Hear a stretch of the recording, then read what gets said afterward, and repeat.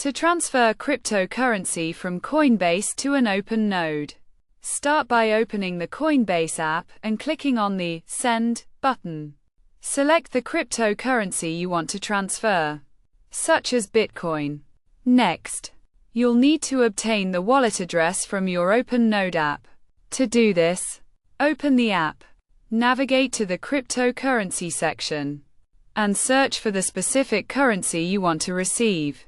Once you've found it, scroll down to find the wallet address option. Click on it, and then copy the address. Return to the Coinbase app, paste the wallet address, and click Continue. Enter the amount you want to transfer. Click Preview, and then review the transaction details. It's crucial to ensure the network is the same in both the open node and Coinbase apps.